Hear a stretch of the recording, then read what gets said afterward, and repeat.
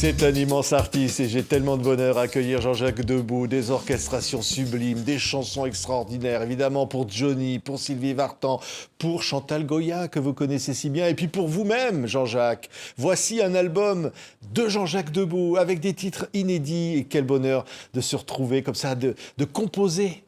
Oui, je dois ça à Chantal parce que c'est elle qui m'a poussé à le faire. Moi, j'y tenais pas trop. Je lui dis, tu sais, à 84 ans, c'est un peu...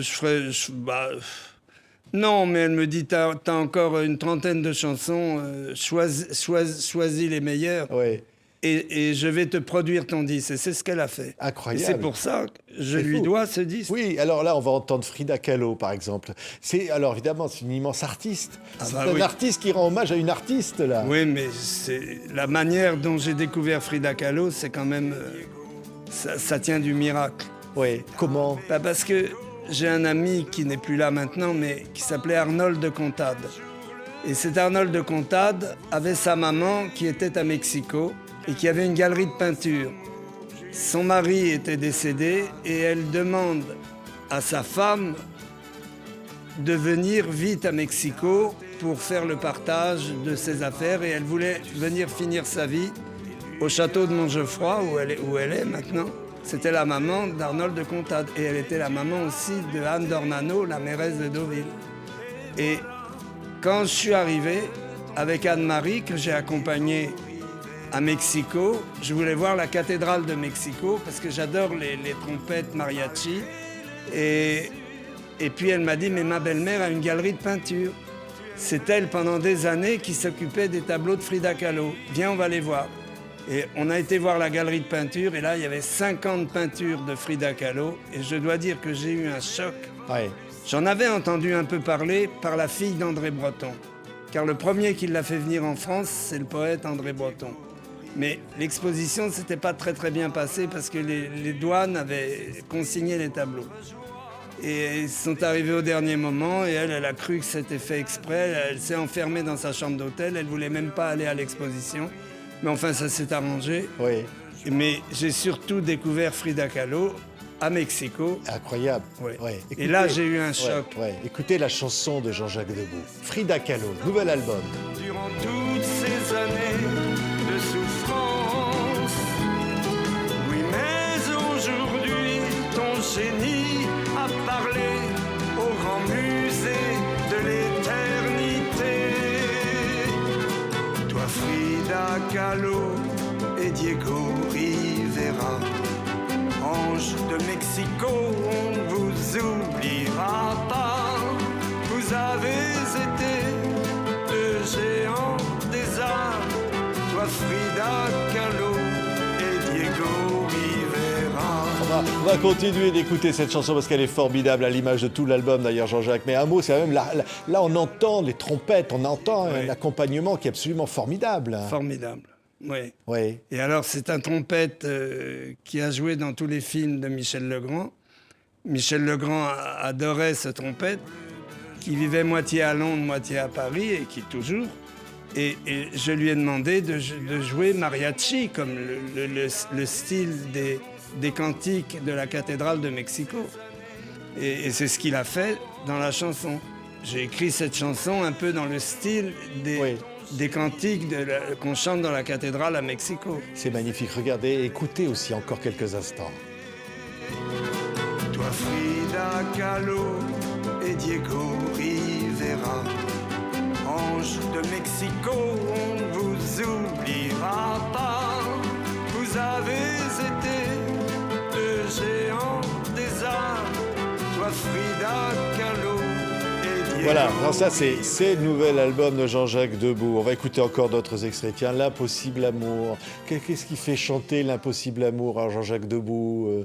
C'est des souvenirs d'enfance, parce que ce disque est un peu plein comme ça de bornes de souvenirs. Hein. J'ai survolé ma vie et ce que j'avais vécu dans ma vie. Et ce qui me restait comme souvenir de ma vie, eh bien, l'impossible amour, j'ai vécu effectivement un impossible amour, comme beaucoup. Oui. Alors, ça commence au collège, ça peut commencer dans la petite école, ça peut se passer dans une surprise party où vous retrouvez quelqu'un que vous n'attendiez pas. Et c'est un peu ce que j'ai voulu faire passer dans On la s'y retrouve tous. T'as écouté L'impossible amour de Jean-Jacques. couleur jusqu'au petit jour fait couler nos pleurs. C'est comme une fleur qui pousse et qui meurt au hasard des saisons et des heures. Là, le rythme du jazz, là. Hein. C'est du jazz. Il y a quelque chose de Mais moi, ce gamin qui aimait Louis Armstrong au moment de l'impossible amour. Hein. J'ai commencé avec le jazz, avec Olivier Despax à l'île de Ré, à l'Aquare d'Enré. J'ai du reste écrit une chanson qui s'appelle l'Aquare d'Enré, La Pergola. Ouais. Il y avait une boîte où la patronne de la boîte, avec Olivier, on lui faisait tout le temps mettre Ella Fitzgerald avec Armstrong. Et puis, c'était dans les années 53-54. Et c'était l'adolescence. Et je jouais un peu de clarinette, Olivier jouait très bien de la guitare. Et on faisait danser la jeunesse de cette époque-là dans les blocos, éclairés avec des bouteilles de Chianti et des bougies dessus. Et c'est un peu tout ça qui m'est revenu. Qui est là dans cet incroyable L'impossible amour. Tiens, Les enfants du paradis, là, évidemment, c'est l'évocation du cinéma. Ah ben oui, non, Les enfants du paradis, j'avais rencontré Marcel Marceau, pour qui j'avais une passion. C'est le mime Marceau. Le mime Marceau, qui avait appris à Michael Jackson à faire la marche contre le vent, qui était un immense artiste. Et Marceau avait fait son école au théâtre de l'Ambigu. Le théâtre de l'Ambigu était le théâtre qui commençait les grands boulevards et qui était le théâtre le plus important de ce qu'on a appelé le boulevard du crime. D'où le film de Marcel Carné, Les enfants du paradis, qui se sont tournés à l'Ambigu, qui s'est tourné aussi au De Jazet.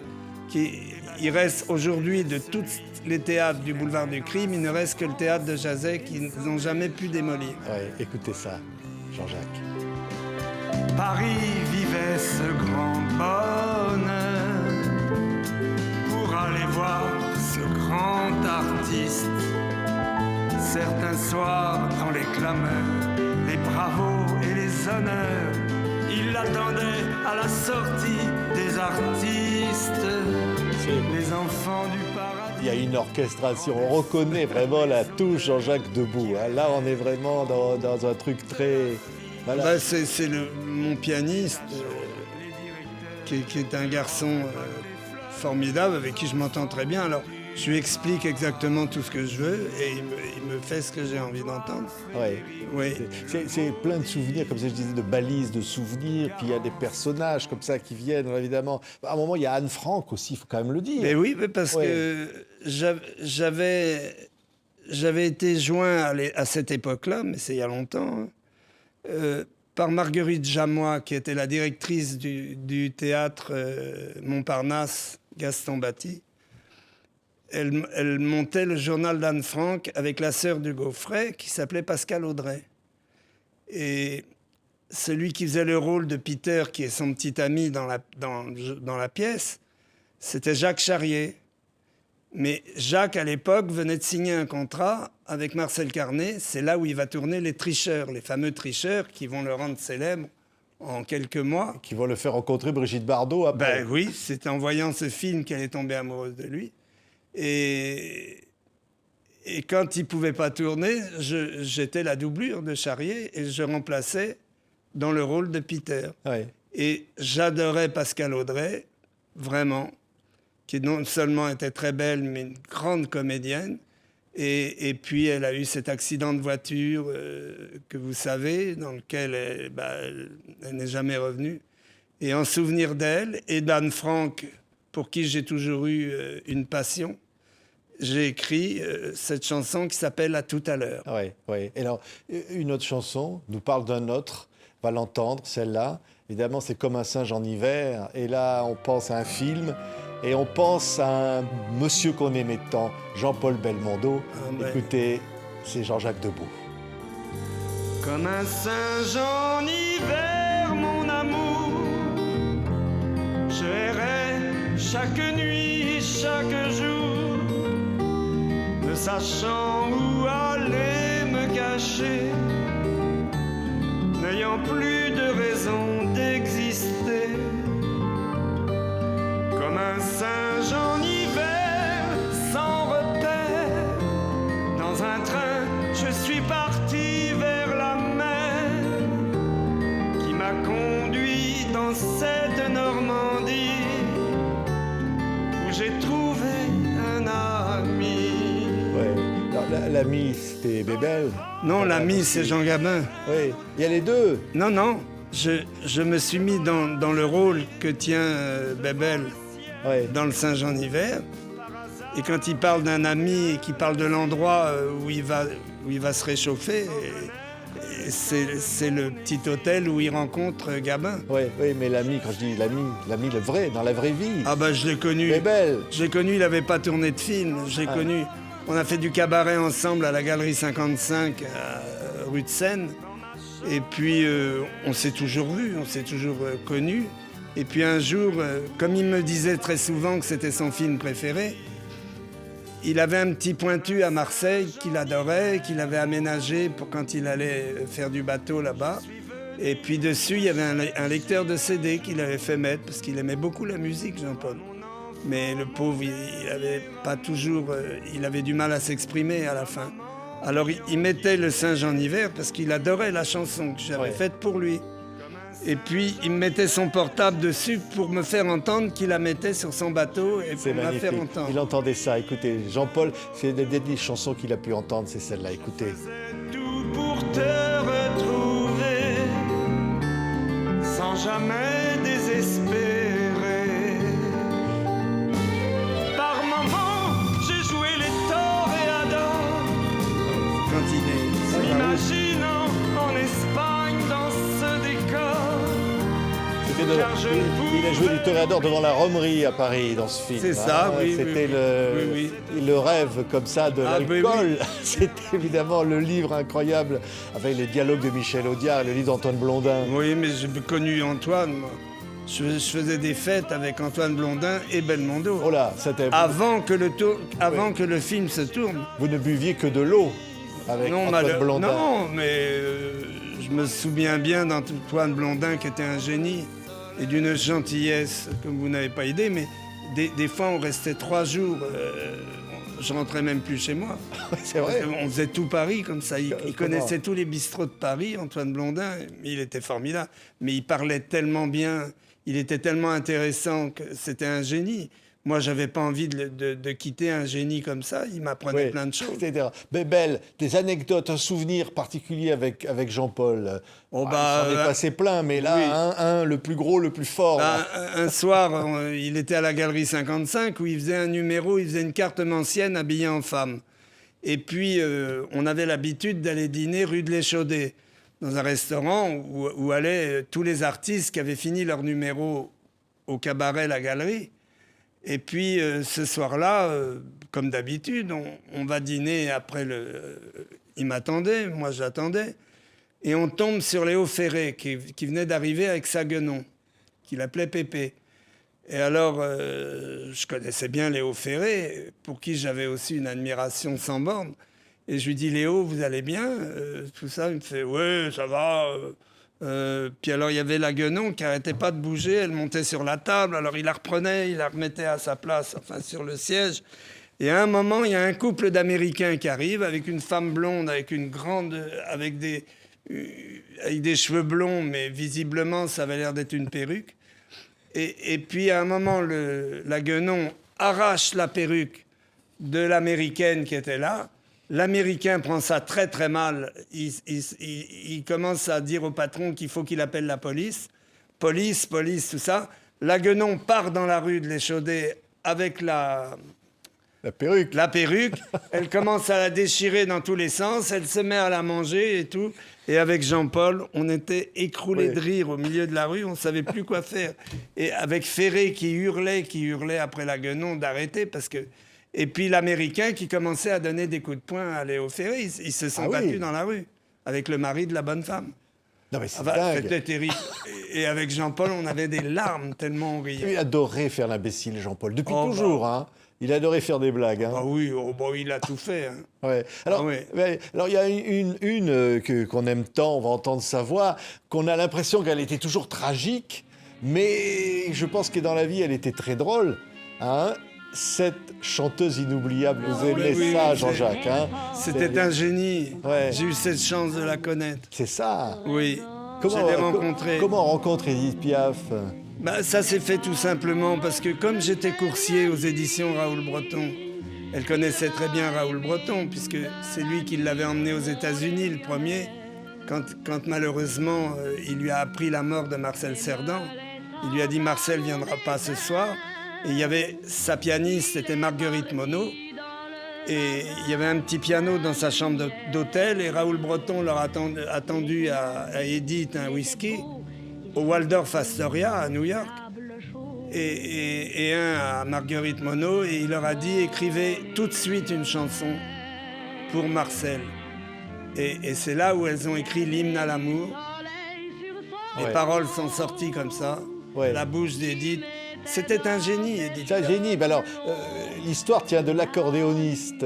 Comment Alors, il y avait un militaire. Il y avait beaucoup d'hommes qui voulaient l'approcher, hein, il faut quand même le dire. Hein. Ben, les hommes l'adoraient. Et surtout, les auteurs-compositeurs étaient tous aimantés par le talent d'Edith Piaf. Tout le monde, ils rêvaient tous d'être chantés un jour. Mais en même temps, elle avait beaucoup d'amants, comme on a dit, c'est vrai ça? Pas autant d'amants que ça. Elle avait quand même une qualité, c'est qu'elle n'était jamais avec deux hommes en même temps. Oui. Ce qui va donner une grande chance à Charles Aznavour. Et je vous rappelle. Ah bon, pourquoi? Oui, parce que. Ah ben, dites-nous-le tout de suite. Eh ben, je peux le dire tout de suite. Un jour, Charles décide d'aller habiter au Canada. Il ne croit plus en lui en tant qu'interprète, pas en tant qu'auteur. En tant qu'auteur, il avait déjà un nom important, avec les chansons de Beko et tout. Mais comme interprète, ça marchait pas. Il n'avait pas de maison de disques, ça cafouillait, quoi. Ça. Et alors, Monsieur Breton, son éditeur, croyait terriblement en lui et il me disait il faut pas qu'il s'en aille. Il avait trouvé un cabaret à Montréal qui lui faisait un contrat de 5 ans qui s'appelait le Veau d'Or pour partir chanter 5 ans au Canada. Et il avait pratiquement signé le contrat et il allait partir. Et Monsieur Breton me disait quand tu le vois l'après-midi, quand il vient à l'édition, qu'il te chante ses nouvelles chansons, surtout dis-lui de ne pas partir. Moi je crois terriblement en lui et tu vas voir un jour ça va marcher, j'en suis sûr. Mais lui commençait à ne plus croire en son étoile, comme on dit. Et il me disait, je vais partir au Canada, au Veau d'Or, pendant 5 ans. Et alors je lui disais, tu sais, ça plaît pas trop à Raoul Breton, parce qu'il croit tellement en toi qu'il n'a pas du tout envie de te voir partir. Personne n'avait envie de le voir partir à l'édition. On se rendait bien compte que... Et ce jour-là, il arrivait de chez Edith Piaf, où il avait été lui montrer la chanson « Sur ma vie ». Ouais. Sur ma vie, je t'ai juré un jour de t'aimer jusqu'au dernier jour de mes jours. Et alors à un moment, la fin de la chanson. Mais les orgues se sont tus et Dieu a disparu car tu n'es pas venu. Et elle lui dit Charles, je ne peux pas chanter ça. Alors il lui dit mais pourquoi? Elle lui dit ta chanson est formidable, il faut que ce soit toi qui la chante. Parce que moi, je suis pas une cocu. Moi, c'est moi qui quitte les mecs, c'est jamais les mecs qui me quittent. Alors là, je chanterai une chanson qui va contre ma volonté, c'est-à-dire que je me fais larguer dans la chanson par le mec qui vient pas au mariage, et moi, je suis pas une cocu. Alors, il faut que ça soit toi qui la chante. Charles est revenu à l'édition vers 6 heures du soir, et puis je le vois un peu décomposé, et je lui dis, ça s'est passé comment avec Edith, la chanson? Ben, il me dit non, et il me raconte ce que je viens de vous raconter. Et là, Raoul Breton venait d'arriver, il entendait ce qu'on disait, il était derrière nous. Et il dit à Charles, eh bien, c'est une chance. Edith t'a donné la chance de ta vie, car cette chanson, je vais te la produire. Je vais te produire le disque, alors que ce n'était pas son métier. Lui, il ne produisait que de l'édition musicale sur papier. Mais il ne produisait pas de disque.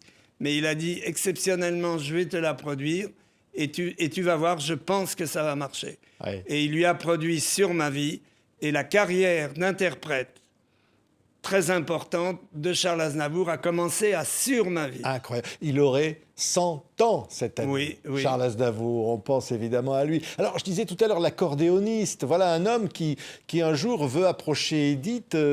C'est pas, il sonne à la porte avec une chanson. L'homme, c'est Michel Aimé. Oui, une chanson qui dit « ça lui rentre dans la peau ». Ça lui remonte par le bas, ça lui remonte par le haut. Elle a envie de gueuler, c'est physique. Alors, c'est Michel Aimé. C'est quand même pas un truc facile à chanter. Oui, mais alors Michel Aimé était militaire à Montlhéry.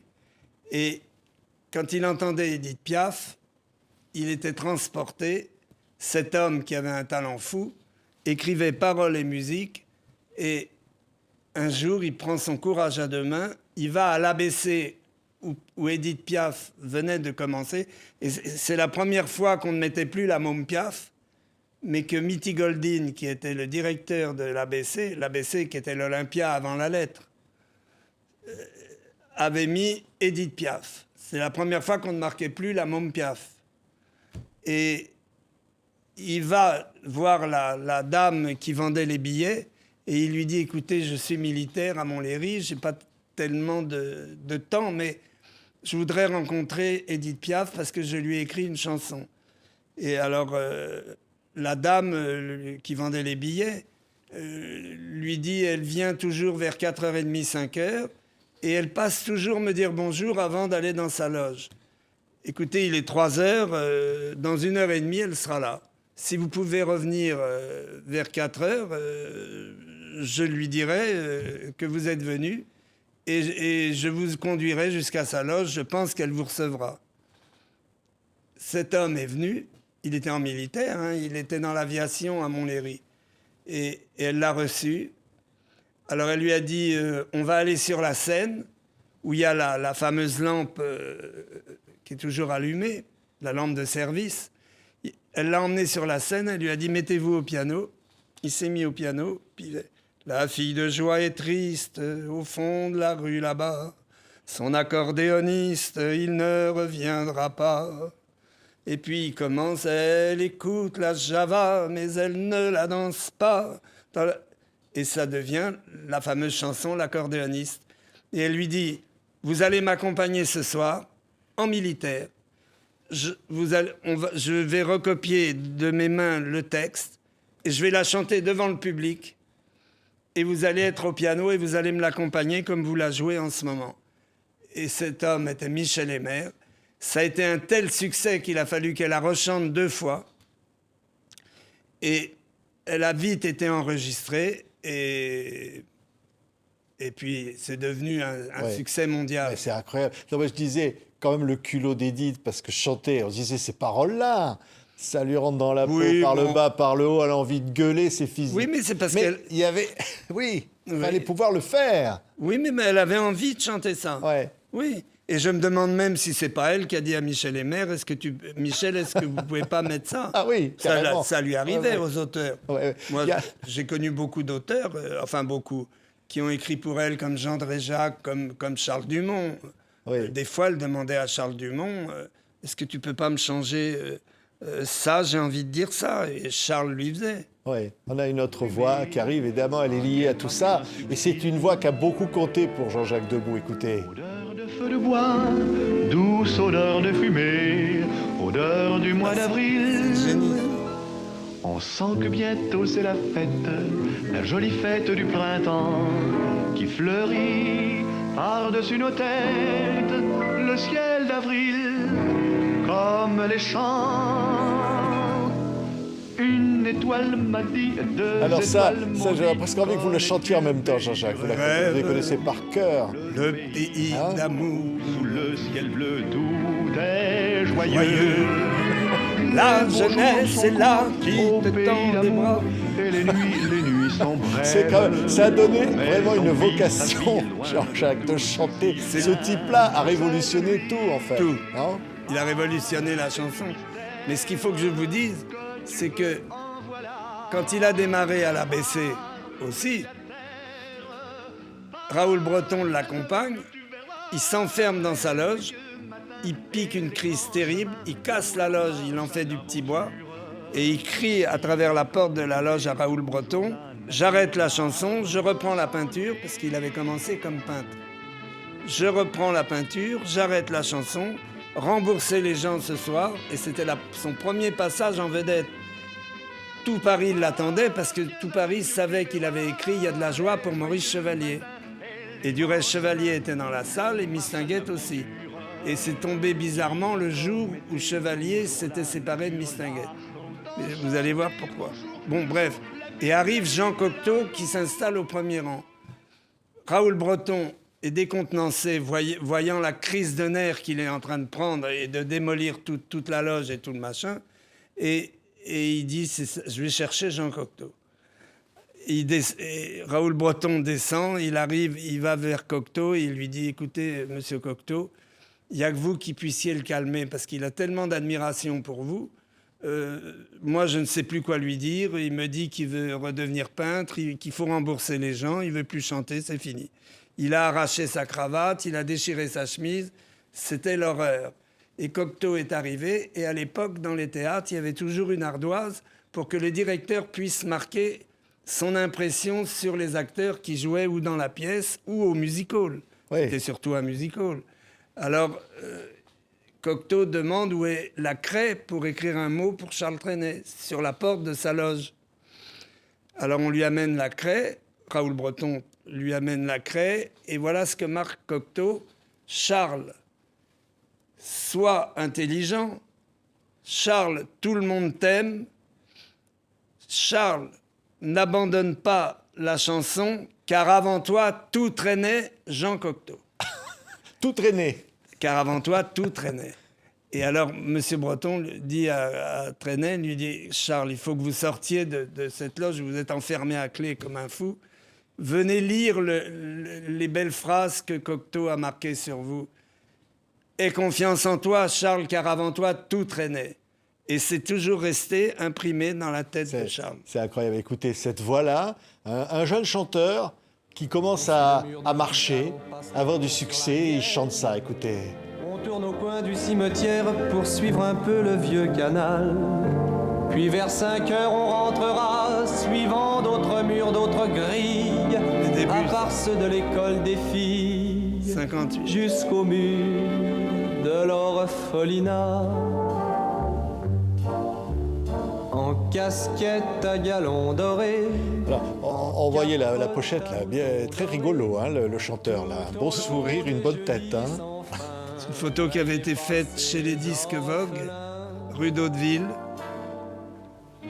Et le disque était sorti en fin 58. Et le même jour, le hasard a fait que Serge Gainsbourg sortait Le Poinçonneur des Lilas. Oui. Et on a été engagés tous les deux par Cora Vauquer au College Inn, qui était un cabaret qui était en face de la Coupole à Montparnasse. Et tous les soirs, avec Serge, on allait après le cabaret dîner à la Coupole, où Serge aussi a rencontré Fujita. Et sur la nappe de la table où on avait dîné, il avait sorti son stylo et il avait dessiné le visage de Fujita, qui s'est élevé pour regarder et qui lui avait dit « Jamais personne n'a fait un portrait aussi beau de moi. Est-ce que moi, je peux à mon tour faire un portrait de vous ?» Alors, il était retourné à sa place, Fujita, et il avait fait le portrait de Serge. Et puis, ils ont échangé leurs dessins. Et M. Frolafont, qui était le grand patron de la Coupole, avait mis des élastiques pour protéger les dessins. Oui, je comprends. Mais alors, Gainsbourg, gamin, quoi. Il sentait qu'il il était timide. Était comment timide. Et avant, le personnage qu'on a connu, flamboyant. Oui, il était timide. On aurait dit un lord anglais. Il était toujours habillé impeccablement. Il était timide et c'est pour ça qu'il m'avait expliqué qu'il aimait bien boire un petit coup parce que ça lui gommait sa timidité. Oui. Et alors ce soir-là, il était tombé un peu amoureux de la barmaid. Il y avait un grand bar dans le fond de la Coupole. Et il y avait une barmaid qui était assez jolie, il faut dire. Et il lui dit, tu veux pas qu'on aille dans une boîte ce soir avec mon copain Et alors elle dit, mais non, moi j'ai mon petit copain qui vient me chercher, je peux pas. Il lui dit, comment tu peux pas? Mais non. Et à un moment, il met la main dans la poche de sa veste et il sort une lame de rasoir. Et il commence à se donner des petits coups de rasoir. Ah oui. Oui, et alors le sang coulait sur sa chemise blanche. Et la pauvre fille, tout d'un coup, elle tombe à la renverse, elle s'est évanouie, elle est tombée dans les pommes. Et alors, ils ont appelé le SAMU et ils l'ont emmené à l'hôpital Necker. Il m'a dit, tu vas aller dans le SAMU avec elle et puis tu viendras me retrouver tout à l'heure où il y avait le bar en face qui s'appelait je ne sais plus comment, enfin qui est toujours là. Et puis finalement, ça a été très bien. Ils l'ont ramenée à elle. Et je suis retourné voir Serge pour lui dire « Ne t'inquiète pas, tout va bien ». Et ils l'ont même raccompagnée chez elle. Ouais. Et puis, là maintenant, il y a une voix et un instrument qui va aussi peut-être un peu changer ta vie, Jean-Jacques, de ce chanteur-là. Écoutez. Quand tu es là, ma guitare fredonne en bleu devant tes grands yeux. Elle chante la fureur de nos Ça, on aurait pu mettre évidemment Pour moi la vie va commencer, mais j'ai choisi de changer ma guitare aussi, Oui. qui était sur ce disque du film D'où viens-tu Johnny, qui est quand même une rencontre qui est déterminante de ce petit gamin qui mimait Elvis devant le jukebox, quoi. Oui. Il mettait Rock on the Clock de Bill Haley. Il chantait plus fort que le jukebox. Et à ce moment-là, moi, j'assurais la première partie chez Patachou de Jacques Brel, car Patachou avait mis à sa place Jacques Brel, qu'elle avait évidemment rencontré aux Trois Baudets, car elle était partie en tournée accompagner Maurice Chevalier qui faisait sa tournée d'adieu, Oui. où elle chantait un duo avec Chevalier qui s'appelait « Il y a tant d'amour ». Elle était un peu l'amante de Maurice Chevalier, on va le dire, non? Le Chevalier était très amoureux de Patachou, Oui. ce qui n'arrangeait pas les affaires entre elle et M. Billon, son mari. Oui. Et Après avoir été très amoureuse de Georges Brassens. elle a été aussi. Et Brassens l'aimait beaucoup. Oui. Mais un jour, il m'a parlé, Brassens. Ah oui. Un jour, il m'a dit, tu sais, j'étais très amoureux de Patachou, mais il fallait que je choisisse. Je savais que si je restais avec elle, j'allais mettre fin à ma carrière d'auteur-compositeur parce que je pouvais pas la suivre et être chez moi en train d'écrire mes chansons. Donc il a fallu que je choisisse. Et j'ai choisi, évidemment, de ne plus la revoir parce que c'était important pour moi de faire mon œuvre à mon tour, d'écrire mes petites chansons, il me disait. Ouais. Mais ils sont restés en bons termes toute leur vie. Oui, mais alors donc, évidemment, Johnny, avec le cabaret de Patachou, place du Tertre. Ben, il avait entendu à Europe numéro 1 que je faisais la première partie de Gene Vincent. Et Gene Vincent, c'était son idole. Alors il m'avait attendu sous la neige, je me souviens, que je sorte du cabaret de Patachou.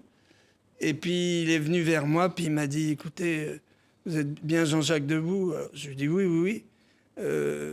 Il m'a demandé un autographe sur un rond de bière là, qui aspire la mousse des bières. Et puis il m'a dit, vous pouvez pas m'emmener avec vous à la répétition à l'Olympia? Vous allez faire Musicorama parce que je voudrais voir Gene Vincent de près et tout. Alors, je lui ai donné rendez-vous, c'était un jeudi matin, dans la petite cour qui mène à l'Olympia, à l'entrée des artistes. Et puis il est venu. Je l'ai même présenté à Bruno Cocatrix, qui se trouvait là. Et puis, j'avais dit à Bruno, je pense que ce garçon va chanter, parce que je l'avais vu déjà chanter au Pierrot de Montmartre, dans la brasserie.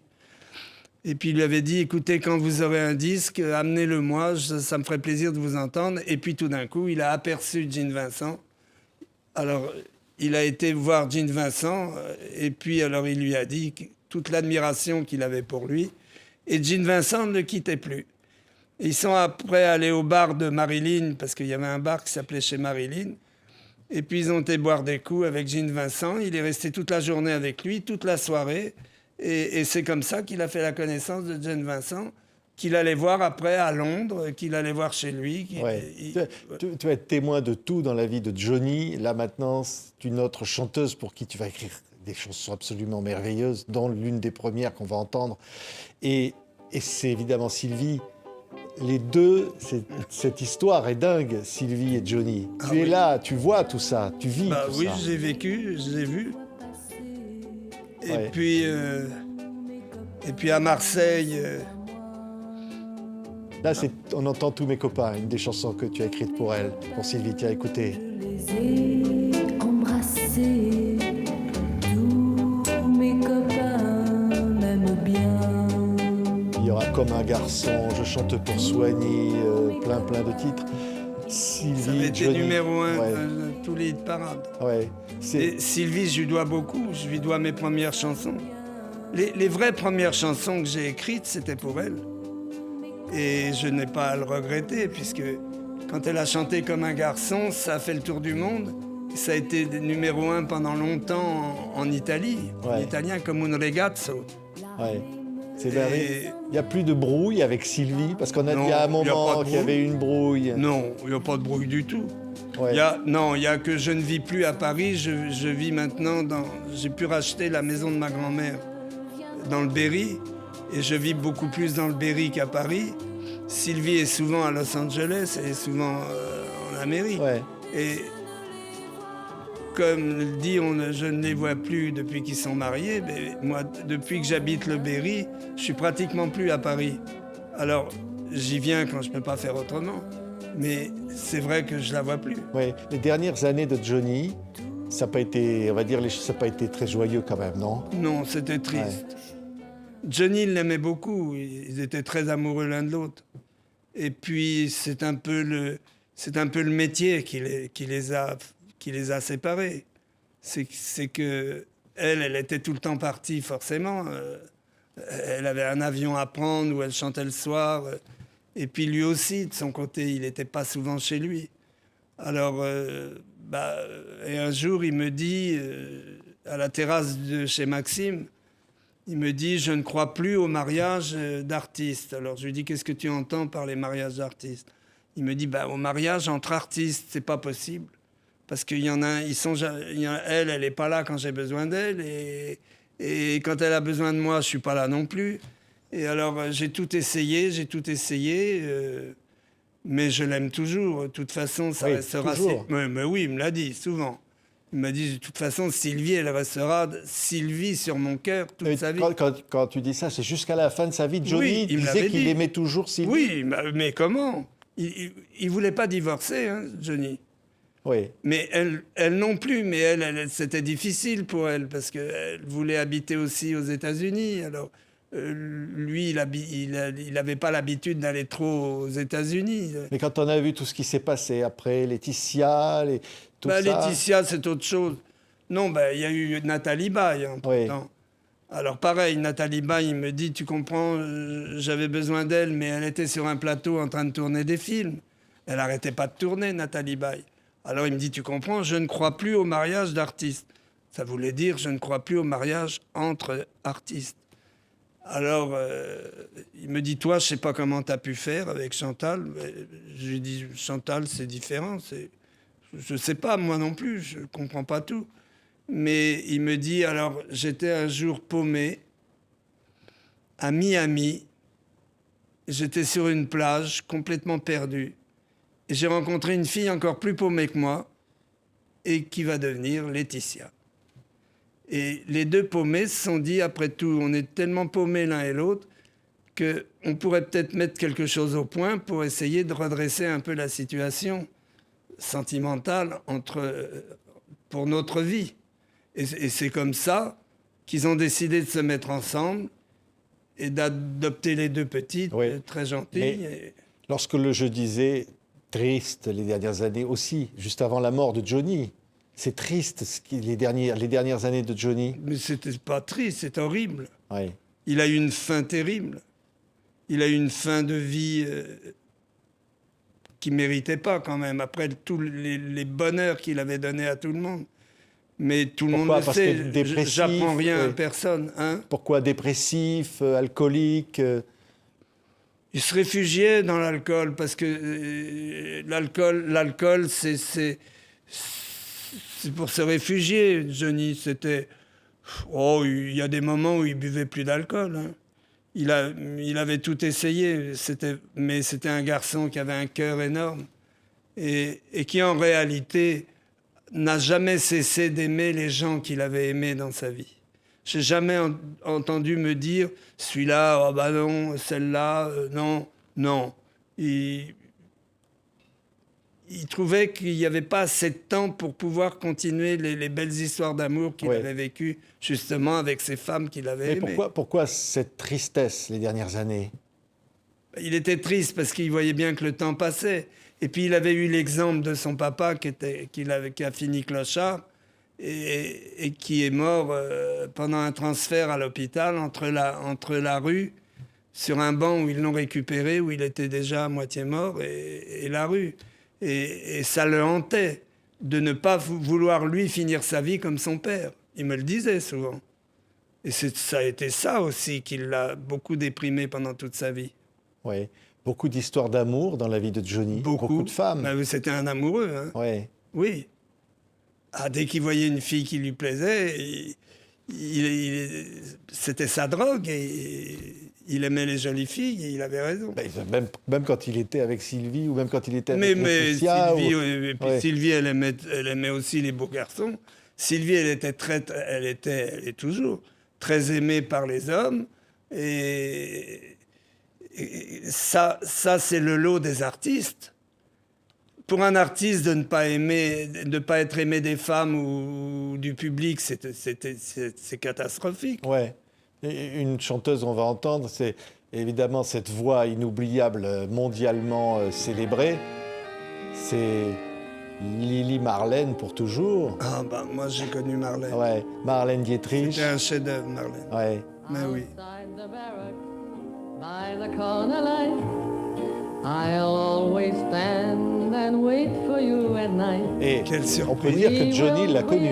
Bah oui, c'est moi qui lui ai présenté. Alors, et qu'est-ce qui s'est passé? Bah ça a collé tout de suite. Oh, qu'il y a eu une histoire Oui, entre Johnny et Marlène Dietrich. oui, parce que bah, il y a une histoire de chaussures d'abord.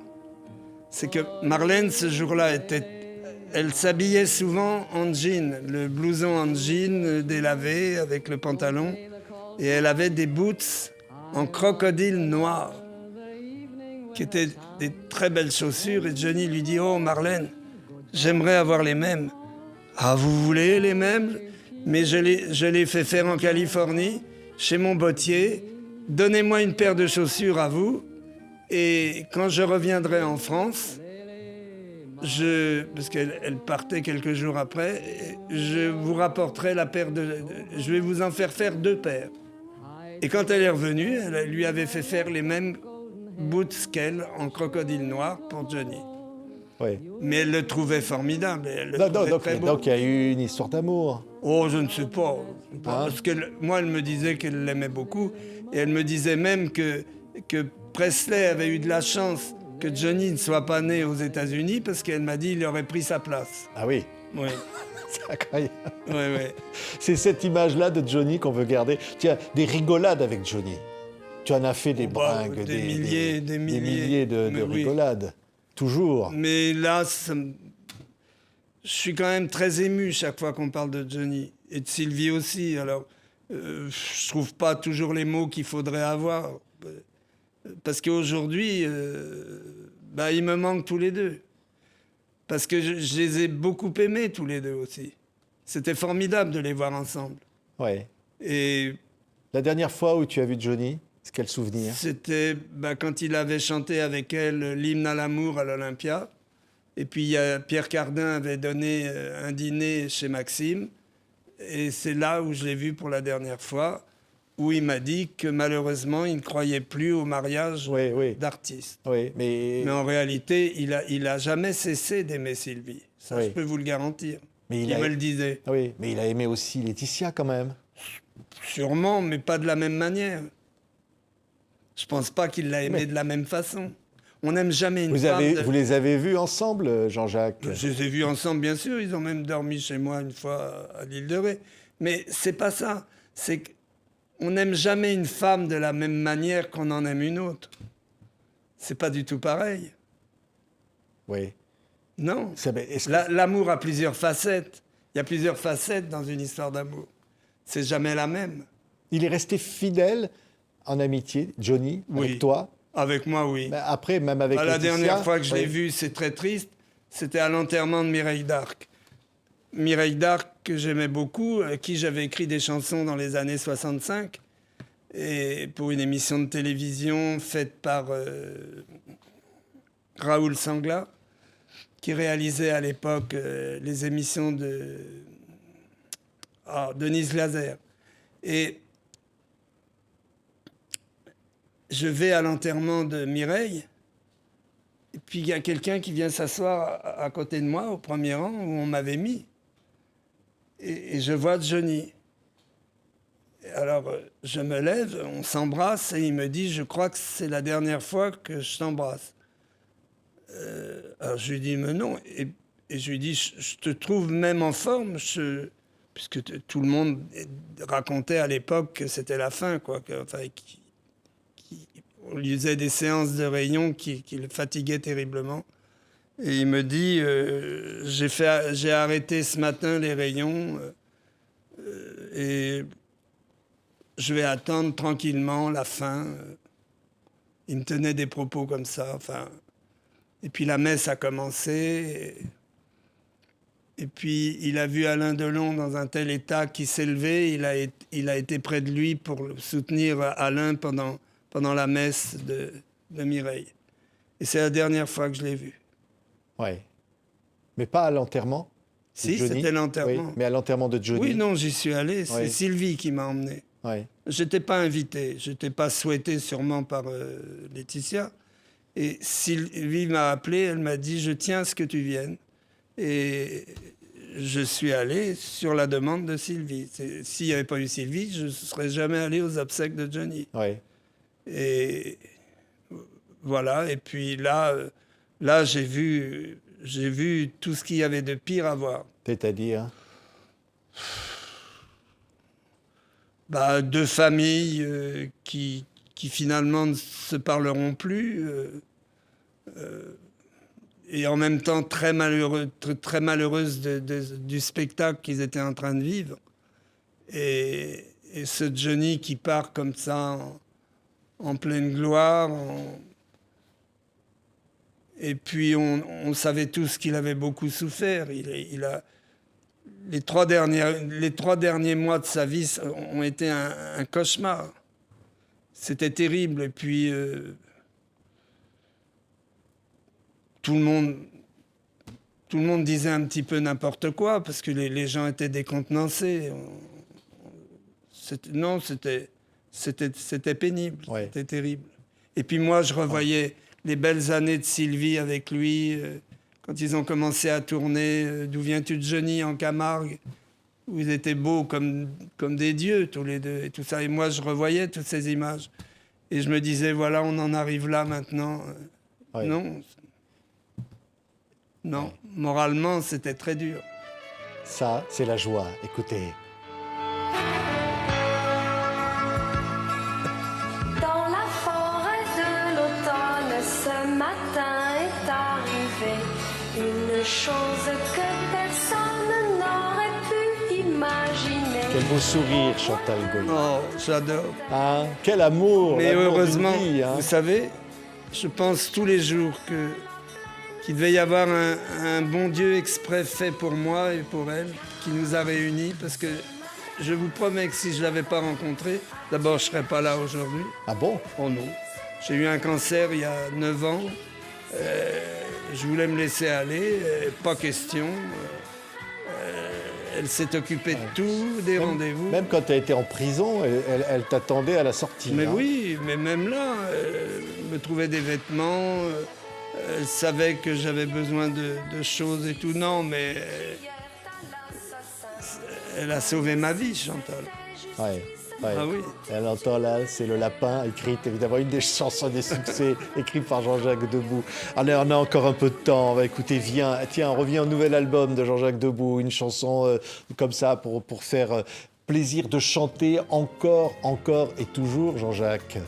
Hein, la chanson, c'est ça. C'est à elle que je pense un peu d'en Viens, parce que mes premières vacances que j'ai passées quand j'ai rencontré, c'était à Guétari, et on allait tous les jours se baigner sur cette plage avec les surfeurs dont je parle, les enfants en glissade. Et c'est un peu en pensant à elle aussi que j'ai écrit cette chanson un peu à la manière des bossa nova brésiliennes. Ouais, écoutez, Jean-Jacques Debout, nouvel album. De la chambre d'amour de ses amants prisonniers pour toujours. brume du petit jour. Moi, je vous le dis, c'est un très, très beau disque. Allez, tiens, si on écoutait Ne ris pas. Alors là, c'est pas les paroles de Jean-Jacques Debout. Non. D'un complice. Eh ben oui, Ah. c'est Roger Dumas, qui était un grand ami, un grand comédien.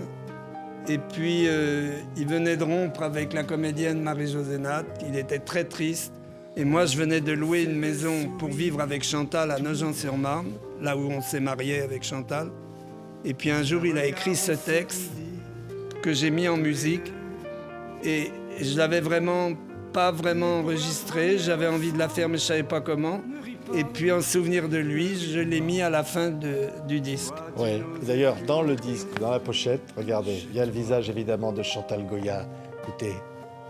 Nous étions assis tous les deux. Le bal était bien fini, mais nous deux, nous étions émerveillés. Ne ris pas, ne ris pas. Depuis, on ne s'est jamais quitté. C'est toute l'histoire avec Chantal. Hein. On l'embrasse, Chantal. On l'adore, Chantal. Elle donnait tellement de bonheur aux gens. Hein. Ah oui. Hein. Mais moi, j'ai envie de dire un truc, Jean-Jacques. Vous méritez la Légion d'honneur. Ah, mais je on l'aurais jamais. ne peut pas vous la donner. Mais non, puisque j'ai fait de la prison. Mais enfin, il faudrait faire une levée de... Ah non, changer si ça. quelqu'un a fait un peu de prison, il n'a pas... Impossible. Ah bah non, c'est la loi. C'est... Oui. Puisque François Mitterrand, qui avait une passion pour Charles Trenet, pour les chansons, avait obligé la Légion d'honneur, enfin la Société de la Légion d'honneur, il leur avait dit « Je veux remettre la Légion d'honneur à Charles Trenet pour son œuvre. Il a embelli la France de son œuvre, il mérite la Légion d'honneur. » Et à l'époque, le responsable, le président de la Légion d'honneur, avait démissionné parce que Mitterrand avait dit « Je veux lui remettre quoi qu'il arrive. » Pourquoi ? Parce qu'il avait fait de la prison. Bah oui, il y avait eu l'histoire d'Aix-en-Provence, qui était en plus... c'était un coup monté parce qu'il n'avait rien fait du tout, en plus. C'était une vacherie qu'un gendarme avait montée à cause d'un terrain qu'il voulait acheter, que Charles avait acheté à sa place. Mais là, enfin, c'était un truc, un mais centre de truc. la prison, Jean-Jacques, j'ai lu dans un de tes bouquins, quand tu es sorti de prison, il y avait tous les détenus qui chantaient. Ah oui. Hein, et le patron de la prison a dit « Je suis désolé, monsieur Dubou, que vous vous en alliez. On aurait voulu vous garder encore. » Mais oui, Non, mais c'est ça. parce qu'il voulait transformer la santé en music hall. Oui. Tous les pauvres, comment on dit, prisonniers qui étaient là. Alors, il y en a qui avaient des accents et tout. Ils disaient, ce matin, un lapin a tué un chasseur. Et tout. Et alors, on m'avait demandé de ne plus me montrer à la fenêtre parce que dès que je paraissais à la fenêtre, ils venaient tous à leur fenêtre, eux, puisqu'il y avait 2 bâtiments comme ça, contigus. Et puis, ils se mettaient tous à chanter « Bécassine, c'est ma cousine » et tout ça. Et alors, ça foutait quand même un bordel terrible dans toute la santé. Et on m'avait demandé de ne plus me montrer à la fenêtre. Oui. Le mieux, c'était de vous libérer, Jean-Jacques. Hein? Le mieux, c'était de vous libérer. Bah, un C'était matin, le plus simple. un matin, le maton qui était chargé de me garder est arrivé. Il m'a dit, il est 7 heures du matin, monsieur Debout, je viens vous amener le papier comme quoi vous devez faire votre lit et partir, vous êtes libre. Vous êtes libre, maintenant vous pouvez partir. Et alors j'étais en train de lire Voyage au bout de la nuit de Céline, mais il me restait ça à lire, j'avais pas fini.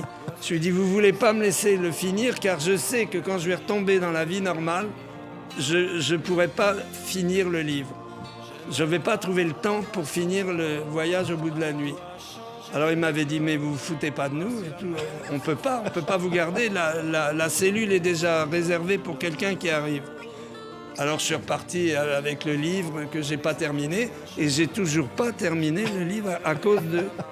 Et dehors, il y avait Chantal, 14. Oui. Jean-Jacques Debout, unique, nouvel album. On aurait pu continuer. Tiens, j'aurais aimé que tu me parles de Jacques Brel, avec qui tu as débuté. Il y a dû y en avoir des souvenirs. Oh là là. Oh là là. Oui. Hein, refaire le monde, c'est ça, refaire. Chaque jour est une fête, Jean-Jacques. Chaque jour est une fête, oui, mais avec Jacques Brel, ça n'arrêtait pas. Les gens s'imaginent que Brel était quelqu'un qui ne pouvait pas penser que c'était quelqu'un qui aimait faire des blagues tout le temps. Alors, il y avait un chanteur qui était venu dans la tournée dans laquelle j'étais avec lui. C'était sa première tournée en vedette, où il partait en vedette. Et à Nice, il y avait un hôtel qui s'appelait l'Hôtel Roule, qui a disparu, qui a été cassé pour faire un casino. Mais il y avait encore ce vieil hôtel. Et puis il m'avait dit, tu sais pas, j'ai vu un garage qui vend des pots de peinture.